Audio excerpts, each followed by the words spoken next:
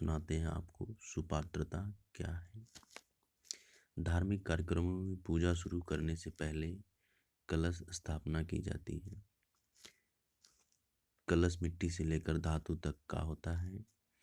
कलश स्थापित करते समय प्रथम दृष्टता देख लिया जाता है कि कलश अंदर से टूटा या गंदा तो नहीं।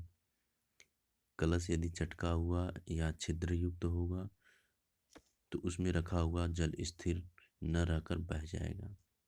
यदि अंदर का हिस्सा गंदा होगा तो कलश में जो जल भरा जाएगा वह भी गंदा होकर रहेगा। इसके अतिरिक्त अपेक्षित और प्रयोजन सिद्ध नहीं हो सकता। मनुष्य को भी पंच भौतिक तत्वों में निर्मित शरीर रूपी कलश को पवित्र और स्वच्छ रखना चाहिए। जिस प्रकार टूटे फूटे कलश में जल का स्थिर नहीं रह सकता, वैसे ही मनुष्य का शरीर यदि मानसिक विकार के चलते स्वच्छ नहीं है तो प्रकृति में निरंतर निकलती कृपा से वह पूरी तरह वंचित हो जाएगा। सूर्य, चंद्रमा, आकाश, तारों, सितारों, हवा, झरना, पर्वत से निरंतर ऊर्जा निकल रही है। इसलिए प्रकृति को माँ और देवी की संज्ञा दी गई। जिस प्रकार माँ संतान को अपनी दृष्टि, चिंतन, स्पर्श से निरंतर शक्तिमान बनाती है, वही काम प्रकृति रूपी माँ भी करती रहती है। निरंतर प्रवाहित होती प्रकृति कृपा आशीर्वाद के लिए सुपात्र होना आवश्यक है।